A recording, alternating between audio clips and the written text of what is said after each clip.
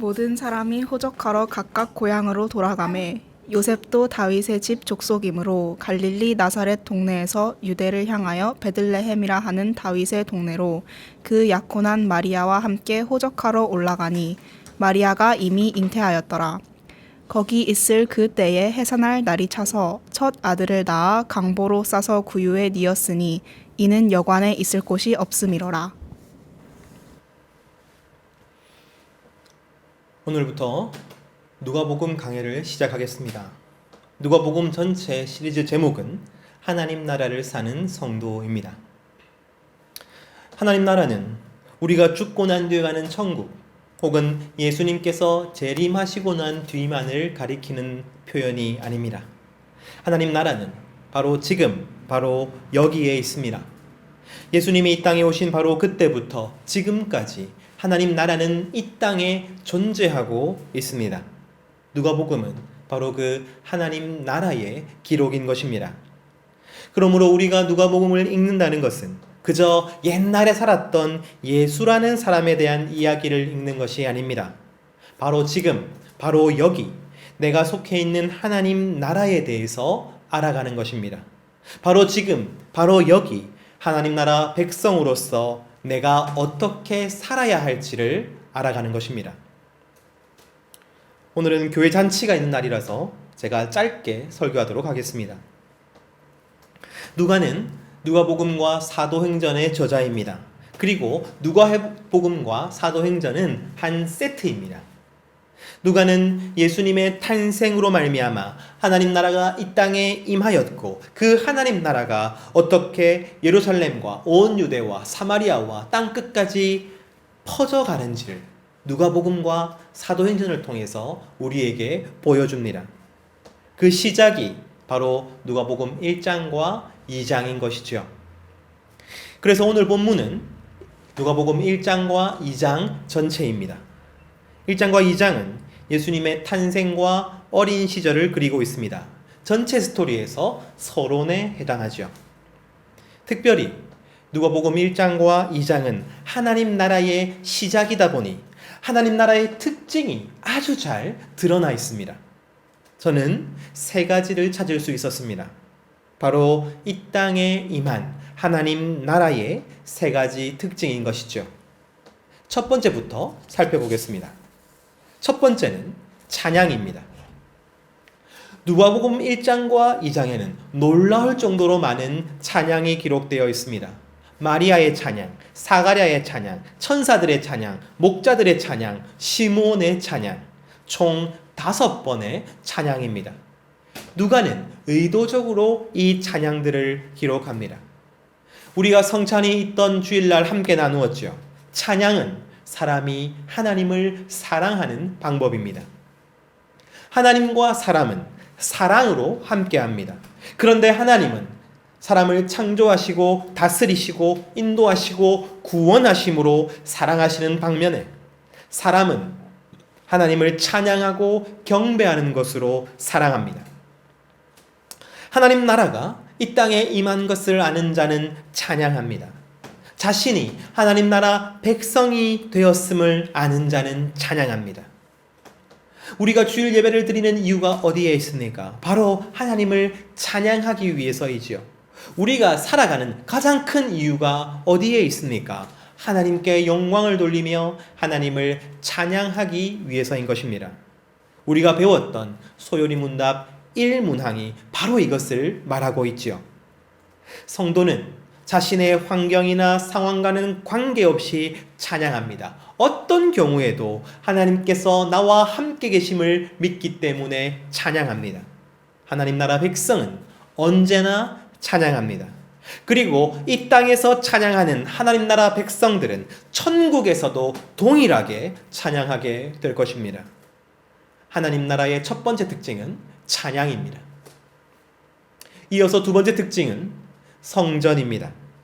누가복음 1장 5절에서부터 사가랴가 등장하죠. 세례 요한의 탄생 이야기입니다. 그런데 주된 무대가 어디입니까? 성전입니다. 2장에 시므온을 만나지요. 학자들은 이 시므온이 제사장이었을 것이라고 봅니다. 무대가 어디입니까? 성전입니다. 그리고 예수님께서 12살 되셨을 때 어디로 가십니까? 성전입니다. 예수님께서 고향으로 돌아가지 않고 머무셨던 곳은 어디입니까? 성전입니다. 누가는 의도적으로 성전을 중심으로 예수님의 탄생과 어린 시절을 기록합니다. 무엇 때문입니까? 하나님 나라는 성전을 중심으로 시작되기 때문입니다. 바로 지금의 교회이죠. 예수님은 교회의 머리가 되셨습니다. 교회는 그의 몸이 되었습니다. 그래서 예수님으로 인한 하나님 나라는 교회에서부터 시작됩니다. 예수님으로부터 이루어지는 충만함은 교회에서부터 시작됩니다. 에베소서 1장 22절에서 23절까지의 말씀입니다. 또 만물을 그의 발 아래 복종하게 하시고 그를 만물 위에 교회의 머리로 삼으셨으니라. 교회는 그의 몸이니 만물 안에서 만물을 충만하게 하시는 이의 충만함이니라. 하나님 나라는 어디에나 존재하고 우리 모든 삶의 영역에서 드러나야 하지만 가장 잘 드러나는 곳, 가장 뚜렷이 드러나는 곳이 있는데 바로 그곳이 교회인 것이죠. 여러분, 교회에 대해서 어떻게 생각하고 계신지 모르겠습니다. 어느 작가가 이렇게 말했습니다. 교회, 나의 사랑, 나의 고민. 교회 안에 있는 여러 가지 문제 때문에 너무나도 사랑하지만 동시에 걱정되고 고민되고 상처도 입는 곳이 바로 교회라는 고백이죠.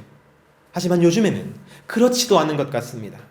이제 성도의 삶에서조차 교회는 주변부로 밀려나고 있습니다. 더 이상 교회가 우리의 삶에서 중요하지 않습니다. 코로나를 거치면서 우리는 교회에서 모이지 않는 신앙생활을 이미 경험하기도 했죠. 하지만 그럼에도 불구하고 교회는 하나님 나라의 가장 중요한 통로입니다. 오해하지 마십시오. 목사님이 있고 그래서 주일날 모이고 여러 가지 일들이 일어나는 조직만을 제가 교회라고 말하는 것이 아닙니다. 주의 이름으로 모이는 모든 공동체, 함께 모여 하나님의 말씀을 나누고 제자로서의 삶을 살아가는 모든 공동체는 교회입니다. 바로 그 사람들이 교회입니다. 그 교회가 하나님 나라인 것이죠. 그리고 마지막 세 번째 특징입니다. 마지막 특징은 예수님의 탄생에서 드러납니다. 우리는 예수님의 탄생이 불쌍하고 비천하고 소외되었다고 생각합니다. 호적을 신고하러 올라가는 중에 사람은 너무 많고 여관에는 자리가 없어서 어쩔 수 없이 마구간의 구유에 누이셨다. 이렇게 생각하죠. 하지만 누가복음에서 쓰인 이 여관이라는 단어가 우리가 생각하는 상업적인 호텔이나 모텔을 가리키는 단어가 아닙니다. 그런 단어는 따로 있어요. 누가복음 2장에 쓰인 이 여관이라는 단어의 뜻은 손님방, 사랑방이라는 의미입니다. 그리고 우리가 마국간이라고 하면 집 바깥에 있는 비천하고 더러운 동물들만 있는 곳이다라고 생각하기 쉬운데 1세기 팔레스타인 지방의 집들은 집 안에 마국간이 있었습니다. 보통 서민의 집에는 커다란 방 하나에 한쪽에는 사람들이 살고 한쪽에는 동물들이 있었던 것입니다. 무슨 말입니까?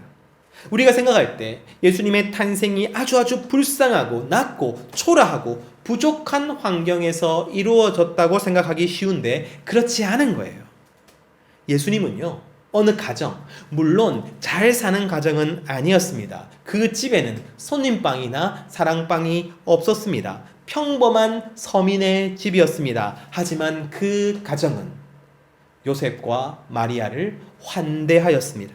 그래서 집으로 들였고 탄생의 신 예수님을 눕힐 것이 무엇이나 찾다가 집 안에 있는 구유에 누이셨던 것이죠. 그 집은 한 집 안에서 함께 하였던 것입니다. 사랑하는 성도 여러분, 아주 대단하고 화려하고 위대한 것도 평범함과 거리가 멀지만 아주 비천하고 가난하고 초라한 것도 평범과 거리가 멉니다. 그러나 예수님께서 이 땅에 오심은 평범하였습니다. 평범한 모습으로, 평범한 환경 가운데 너무나도 평범하게 오셨습니다. 바로 이것이 세 번째 특징입니다. 하나님을 믿고 성도가 된다는 것, 그리고 이 세상의 주인이자 왕이신 하나님의 자녀가 된다는 것, 다시 말해 하나님 나라 백성이 된다는 것은 놀랍게도 평범함 가운데 일어나는 일입니다. 하나님은 평범한 삶 가운데 말씀하시고, 평범한 일상 가운데 은혜를 주시고, 평범한 시간 가운데 성장하게 하십니다. 지금 우리가 살고 있는 바로 그 평범한 삶을 통해 하나님 나라는 역사하고 있는 것입니다. 이 땅에 존재하는 하나님 나라가 여러분 대단했던 적이 있었습니다. 권력과 명예와 부를 소유했던 때가 있었습니다. 바로 그때 교회는 예외 없이 타락하였습니다. 이 땅에 존재하는 하나님 나라의 특징은 언제나 변두리에 평범한 곳에 있었습니다. 하나님 나라는 언제나 평범한 삶 가운데 존재합니다. 우리는 이것을 잊어서는 안 되는 것이죠. 오늘 예수님의 탄생과 유년 시대의 말씀을 통하여 하나님 나라의 세 가지 특징에 대해서 함께 나누었습니다. 찬양, 교회, 평범함입니다. 이 특징이 바로 지금 내가 살아가고 있는 현실 가운데 하나님 나라를 보여준다는 것을 잊지 마십시오.